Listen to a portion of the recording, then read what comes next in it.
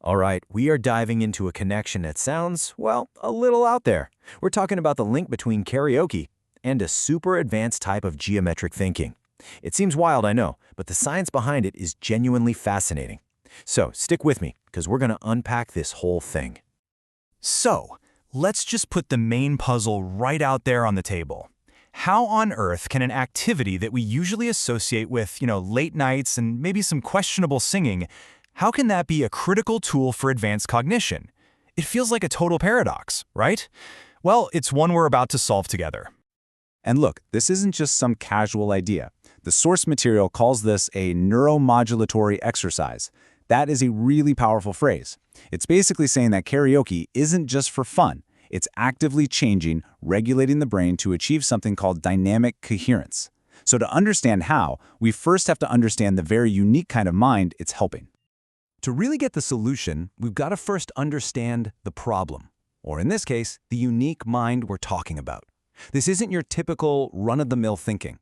We are looking at a completely different cognitive architecture.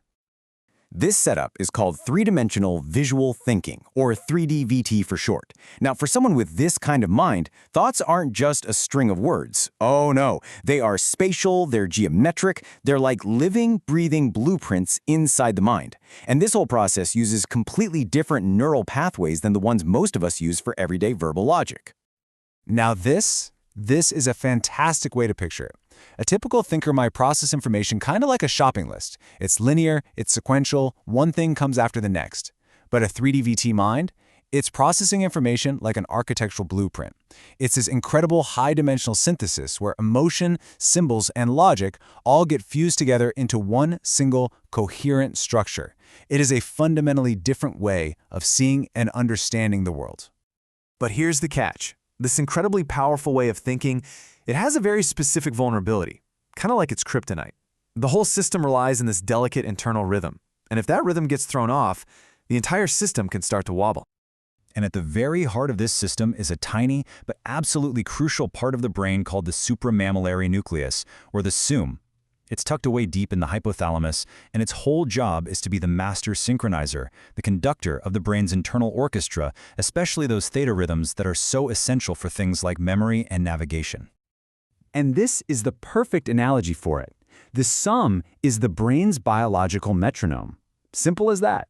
Just like a musician needs a steady beat to play in time, this 3D-VT mind needs that internal rhythm to keep all its complex thoughts flowing in a coherent, stable way. So that leads to the big question, right? What happens when that metronome gets knocked off beat? What happens when it's hit with chaotic, incoherent noise from the outside world?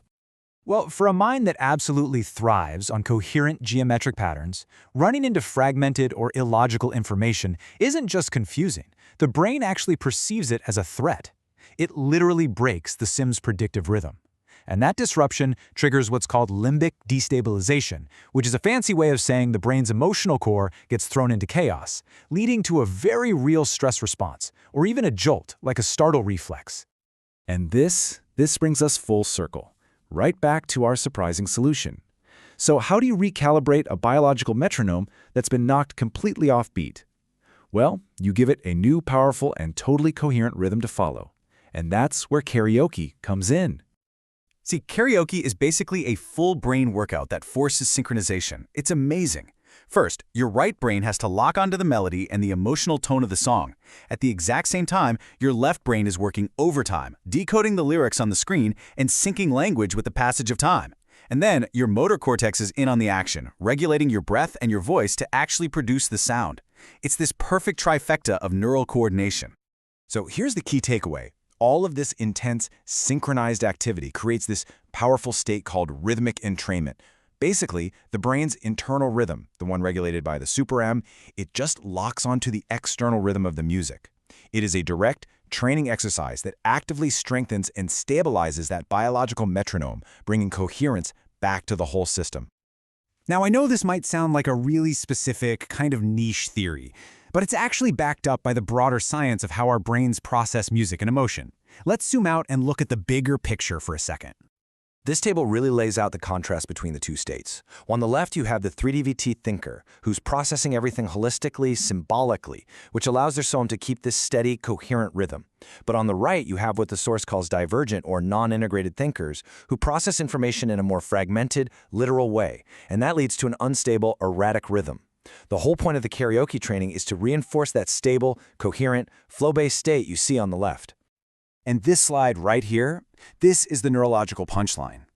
For a typical brain, music connects memory and emotion through a couple of key areas. But look at the column on the right. The 3DVT brain does way more. It also fires up the visual cortex, linking the music to actual personal imagery.